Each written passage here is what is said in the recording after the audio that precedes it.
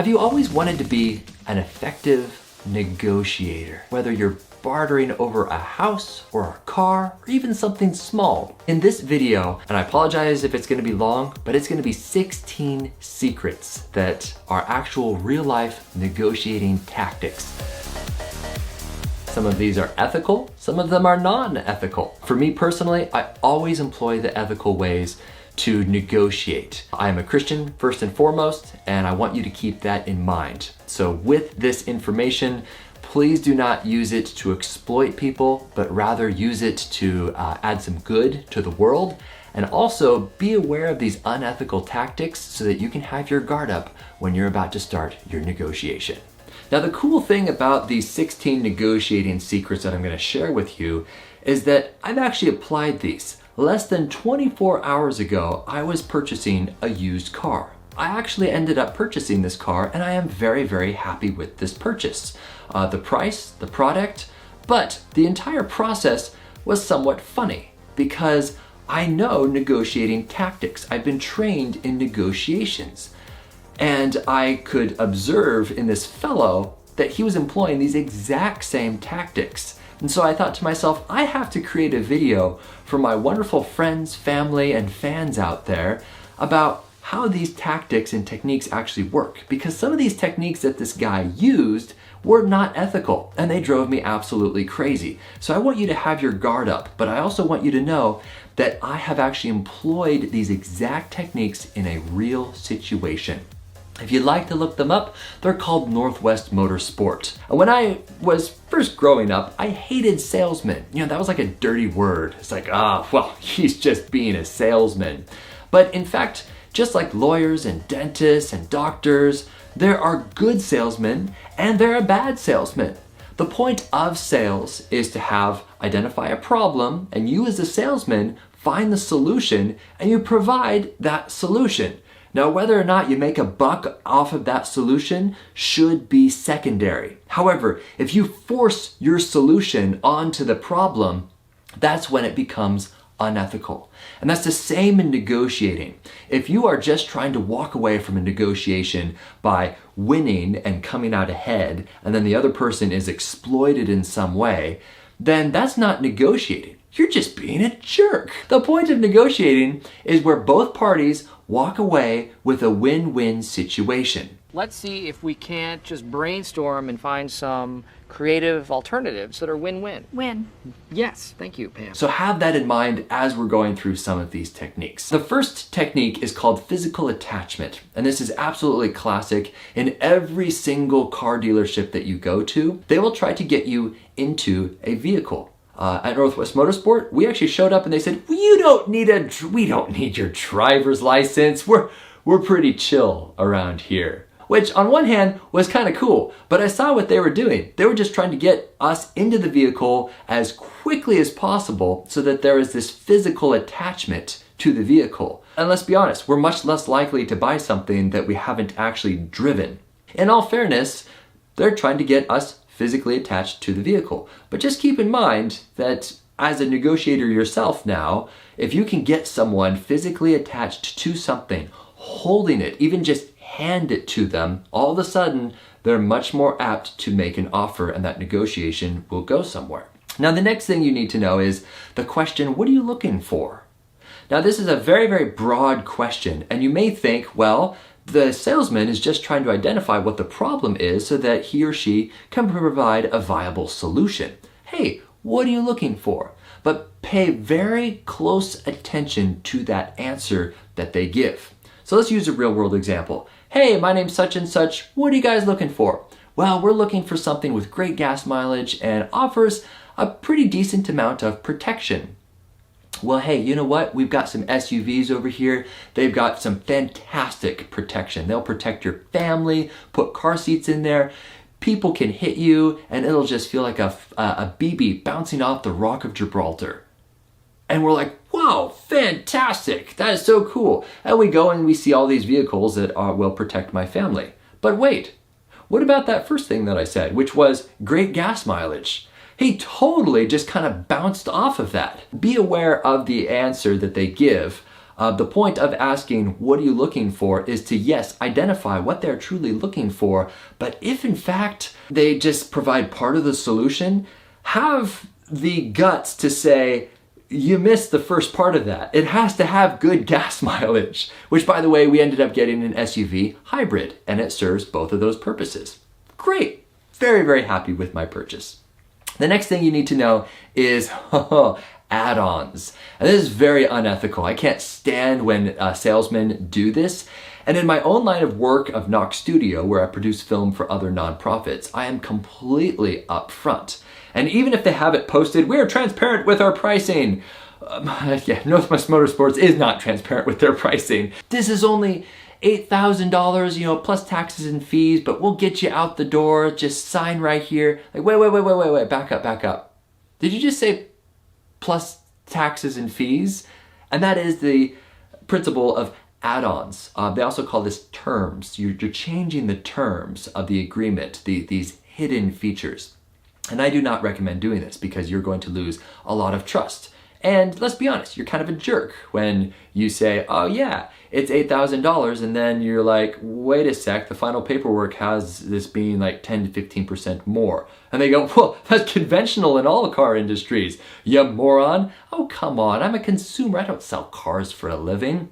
So where I was at was, I said, what is the final price after taxes and fees? And they're like, oh, well, that's gonna be like more like $9,500, maybe $10,000. And I was like, great, let's start with that number and negotiate based off of that number. And oh boy, they didn't like that. They're like, well, that's Uncle Sam's money. I'm like, no. I'm still paying it. And we're negotiating the price that I am paying, not what you're getting, not what Uncle Sam is getting. Be very aware of add-ons.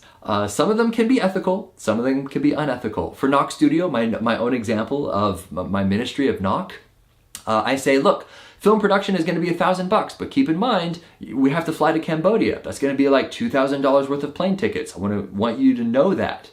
And so, and people aren't stupid. They want to know that stuff. They're going to be ticked off if you spring that on them at the last moment. So try to identify the final price and work from there. Don't buy into the add-ons. The next technique that you need to know, and this is probably my favorite one, this is the best part about negotiating, and this is get the story. And there's this story of this old man who is supposed to basically go up into this man's attic and find out the value of these old rocking chairs and this old merchandise up in this man's attic. And the old man goes up and he sits down up in the attic, and they're all kind of crowded up there. The old man says, "Why do you want to sell this stuff?" And the guy says, just give me a price. Just evaluate how much is in the room, assess it, and give me the price. And the old man just sits there and he's like, no, you don't understand. Why do you want to sell this stuff? And the story goes, and it turns out that the man is selling the stuff because his father passed away, and it was his father's belongings. And the point of the story is that the old man, he was negotiating, but he was getting the story first. And this is, like I said, the best part about negotiating. Get the story. Now, as a Christian, I put people first. I am genuinely invested in other people, and I see them as important because God sees them as important. So, not meaning to preach at you for a moment, but that really should be the point of you being here on this earth, is to invest into other people, not invest into a car or negotiate a house or something like that. So to use a real-world example, at Northwest Motorsport, I saw that the salesman guy has these really cool tattoos, and I was genuinely interested in them, and I asked him about them, and he went off, and you know what? These stories of the tattoos, did it really have any kind of bearing on the negotiation? It might have, it probably didn't, except for one thing.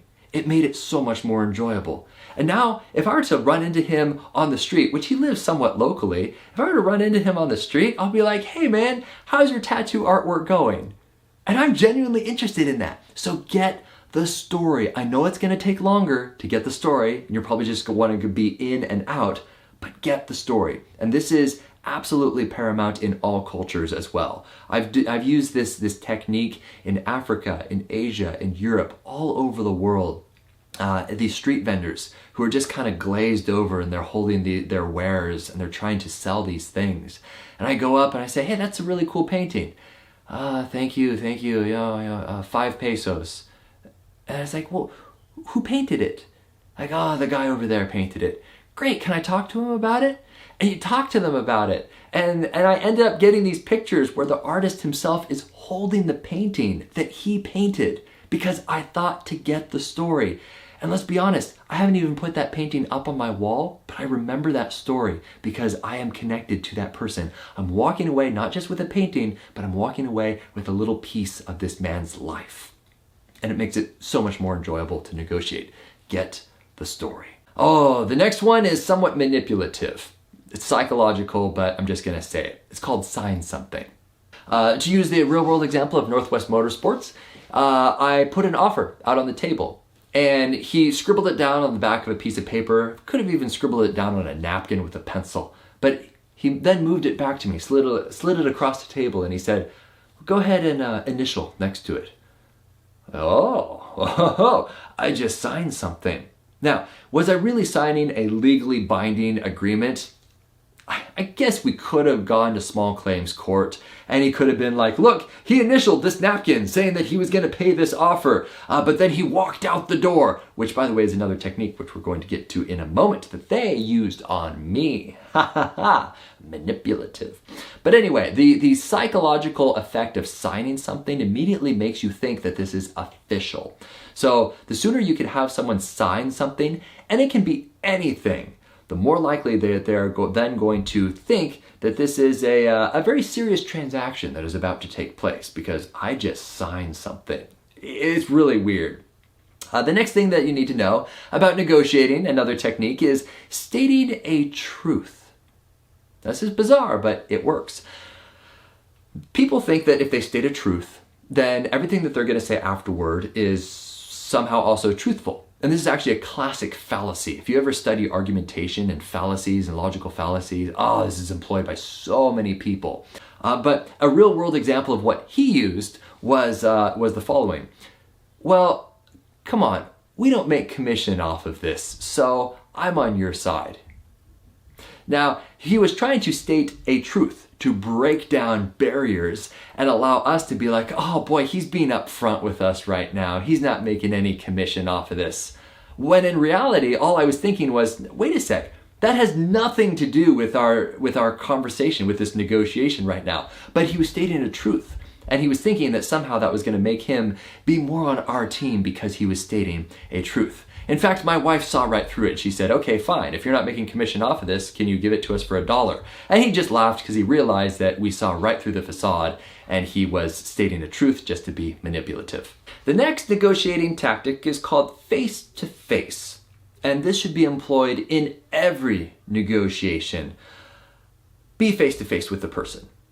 A lot of people think, well, I'm going to save a lot of time by emailing this offer, or even texting nowadays. That is probably the worst possible way to negotiate. Worst way is via text. Second, slightly better way is via telephone, because at least you can hear some emotion and some, up and down, and it's a bit more personal. But the last and best way is face to face. And this is why companies spend hundreds of dollars to send a salesman all the way across the country for a one-day trip to negotiate something. Why don't they just negotiate it over the phone? I mean, we have Skype nowadays, right? No. If you really want to win something, win a negotiation and to land it, you will be face to face. I cannot express the absolute paramount importance of being face to face when you are negotiating. Because going back to the previous thing, getting a story, it's hard to get a story over text. Like, oh, that's a really interesting tattoo that you have there. Tell me all about it. You can't do that over text. You can't do that over phone. However, when I was there at Northwest Sport, he had great tattoos, and I asked him genuinely, those are so cool. Tell me the story, because I was face to face with him. So it's so essential to be face to face. The next negotiating tactic is not ethical, and I would not recommend it, but Northwest Sport did this. Make him wait. This drives me absolutely crazy, because for me, time is money. And if I'm sitting there waiting, I could be somewhere else actually doing something, not just to make money, because it's not all about money, but I could be out there solving the world's problems instead of sitting here twiddling my thumbs. And this was rather frustrating because my wife actually said, we have a babysitter at home, we need to go. And he was like, oh, that's interesting. What are their ages? 4 and 6. He had no idea what that meant and just kind of ignored that. He was trying to get the story, but he just wasn't invested in that technique. And then he was like, okay, great. I'm going to go to my boss and see what he thinks of this offer. He was gone for a good 20, 25 minutes. I guarantee you he was back there on his phone doing something else. Do you know why? Because we were there on Monday. There was nobody there. There was like, again, 5 salesmen lined up right there doing absolutely nothing. And he actually said, you came in on a perfect day. We're going to get you in and out. He did not get us in and out. He made us wait. And here's the psychology behind making the other person wait. Because they think, well, boy, I just invested an hour into sitting here. I'm definitely going to walk away with something. Isn't that manipulative? It's kind of rotten, and it drove me crazy. And that's probably one major reason why I will not be back to Northwest Motorsports rather, because they made me wait. And he knew that I had a babysitter at home that I had to go and bail out. And my wife got really anxious, and I love my wife. And you're doing that to her to make her wait and kind of, in a way, using our kids as leverage? What a jerk thing to do. As a matter of fact, I actually walked back there and I was like, hi, I'm still out here. And he immediately came out and put his phone in his pocket. He was like, oh yeah, sorry, I was I was just checking on the offer that you sent my way. It's like, BS, no you weren't, you're just making me wait. Now this next classic negotiating tactic is called deferral of authority. More often than not, that this is used in a very unethical way. It is this idea of, well, I gotta go check with my boss. Like, oh, you know what? I'm sorry I can't make the decision right now. I gotta go check with my spouse. Have you heard that before? You've probably even used it before, not realizing that that's an actual negotiating tactic. Congratulations. Now, sometimes it's true. You really should be checking with your spouse before you sign up for another credit card. Hey, I'm sorry, I gotta check with my wife, see if we're financially stable for this thing. But in his particular situation at Northwest Motorsport, he said, oh man, you know what? This is a crazy offer that you're putting on the table. Ooh, that's a hissing technique that you can use in negotiating. Ooh, but I don't like to do that because it's just kind of manipulative. But he said, I need to go check with my boss. Do you really need to go check with your boss? And this is the next technique that he employed. Good cop, bad cop. This is absolutely classic. The whole day I was talking with this guy, and then all of a sudden when he went to go check with his boss, all of a sudden out of the back room came this other guy. I mean, I only saw him once throughout the day, but all of a sudden he was an integral part of this negotiation. And this guy, for lack of better words, was very pushy. I'm not going to say he was a jerk, because he really was trying to win this negotiation, but he was absolutely the bad cop. And he came in to do the dirty work. And you may think that the good cop, bad cop thing is just kind of something that you see in shows. No. They absolutely employ this in the real world. And he came out and he was like, oh man, you know what? This offer is way outlandish. This is way over the top. We can't go for this. This is sometimes they can even say this is insulting. One of the favorite lines that a lot of Pawn Stars shows use, come on man, I gotta make a profit on this. We don't work for charity. They kind of do this guffaw, kind of this, this is just insulting. And it's a jerk thing to do. And then he went into the back room, and guess who came out? The other guy. And guess what? I was delighted to see him because he was happy and he was like, you know what? I'm sorry about that guy, you know. But okay, now that we've ironed out a lot of the things, I mean, I just had to have him come out here because he's technically my supervisor and he's calling the shots. No, you can call your shots. You've been working here for 4 years. You can make the decisions. You've got your big boy pants on. But they had to pull the good cop, bad cop routine. And it was so bloody painful painfully obvious that they did that to me. Speaking of being emotional, that's another technique that you can use. Emotion. A lot of Europeans, a lot of Russians use emotion.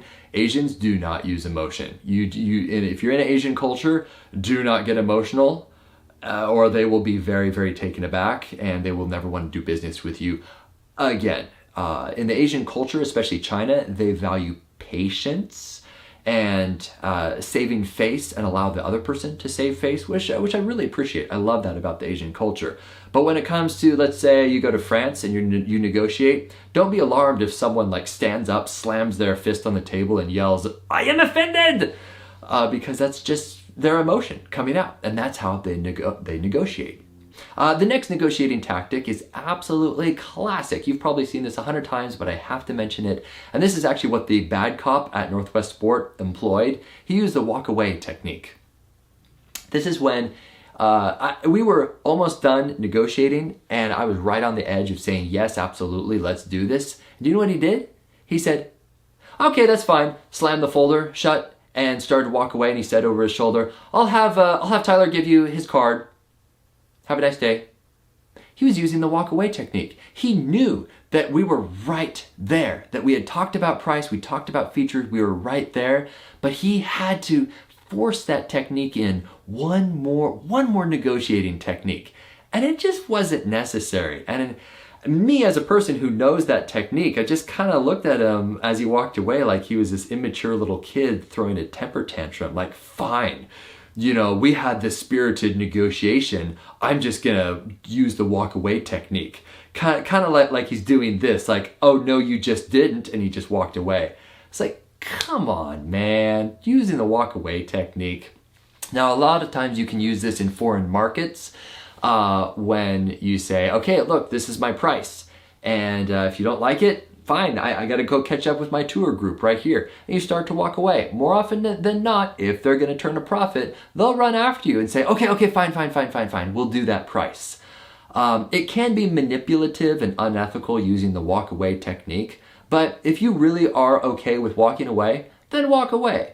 But if you're using it just to manipulate, like this guy was at Northwest Motorsports, then you're being a jerk. Just don't use it to manipulate. But be aware that some people use the walk-away technique.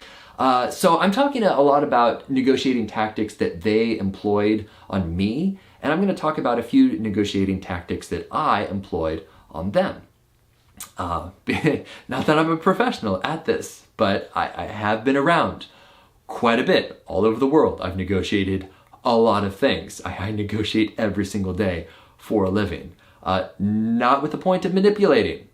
Be very, very careful with that. I'm not in it to manipulate or to exploit people. I'm here to serve. Understand? So what I did was, it's called don't talk first. Another way of saying this is he who speaks first loses. And I walked in there and I said, okay, I see your listing price right here. What's the lowest you can go? Well, what were you looking to get out of it? I really think it's worth $850. So what's so interesting about he who speaks first loses, that means that if I set my price at the list price, then great, we've got nowhere to go but up. And he's probably going to tag on all of these add-ons and just try to squeeze as much out of me as possible. But you know what? He said, okay, well, you know what? I bet we can knock $500 off. I said, knock $1,000 off. Oh, we never do that. 500 is the most we can ever do. Guess what? Long story short, they ended up knocking $1,000 off. They did. But he who speaks first loses. So don't set the standard. Make them set the price. And then from there, you go from there. They're always going to set a price where they can make a profit. They're never going to set a price where they're going to lose something. So, you know, this is ethical. It is okay to make them say something first. Now, in the event of serving actual nonprofits and films for them, I sometimes employ that technique, not in an unethical way, but I really genuinely want to know what their budget is. And if they have stashed away $4,000 for a short film, I'm going to give them $4,000 worth of quality for this film work. It is ethical to ask, what is your budget? That's okay. But if they say, hey, I've only got $200, okay, I know where you're at and I can meet you there. So keep in mind, he who speaks first loses. The next one is called split the difference. I use this as well. This is so classic. $700 for this thing. Can we meet somewhere in the middle? So he set the price, I lowballed, and then we went back and forth, back and forth, back and forth, and finally I just said, let's just split the difference. How about this amount right here? And he was like, great. But there's something magical about saying split the difference. It's this idea of compromise where both parties are, you know what, we can't come to an agreement, so we're just gonna split this right down the middle so that it'll be equal, it'll be even. When in reality, I'm technically coming out ahead because I lowballed first, and you understand where I'm going with this? So it's this classic negotiating tactic of just saying split the difference. So learn the power of those words.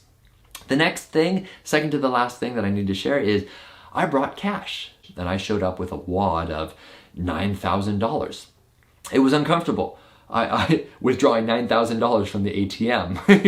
it was kind of scary. I was kind of looking over my shoulder. I actually brought my gun. I always have my gun with me, but still, it was like right there. Like, this is weird. I've got, you know, how many paychecks are in my hand right now. It was fine. People have cash with them all the time. And these car dealerships are used to people coming in with $30,000 in cash and just counting it out. So it's not atypical, but it was atypical for me because I don't have that much money. But use cash. Use cash. Do not get a payment plan. You're just going to lose money. Get out of debt and use cash. Now, the last most important thing that I want to impart on you when it comes to negotiating, and that is bring your wife. It's like, bring your wife? What if I'm not married? No. The point is, my wife did a ton of research before we left. We looked at like 4 different cars beforehand at 4 different dealerships. And so we had data, we had information. And this is what I want to end with, and that is, he who has the most information wins a negotiation. So do your homework and, you know, have the Carfax out in front of you. They'll try to have the most information by having the Carfax in front of them. But before you go to the dealership, print off all these comps. Print off ads that you see on Craigslist. And that's what I did. I was like, look, this private party sale on Kelley Blue Book is, you know, half of what you're offering right there.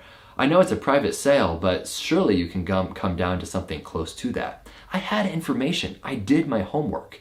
And when you do that, you're more apt to walk away feeling much more satisfied rather than kind of second guessing yourself like, oh boy, I don't know if I did this right. So if you're really unsure and not very confident in your negotiating skills, do your homework.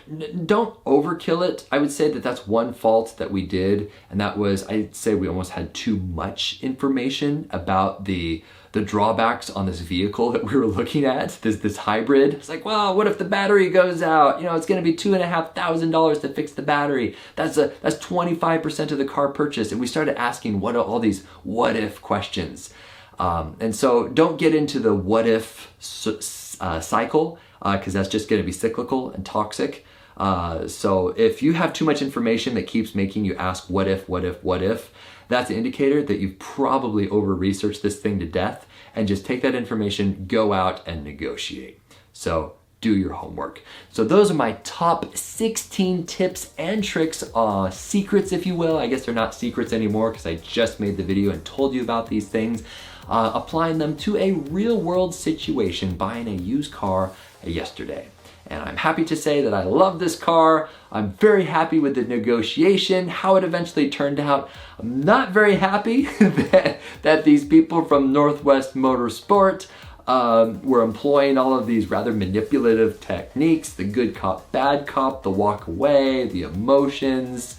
It was not enjoyable at all. The final product was enjoyable. The actual process, because I know how to negotiate, it was fairly painful to watch them try.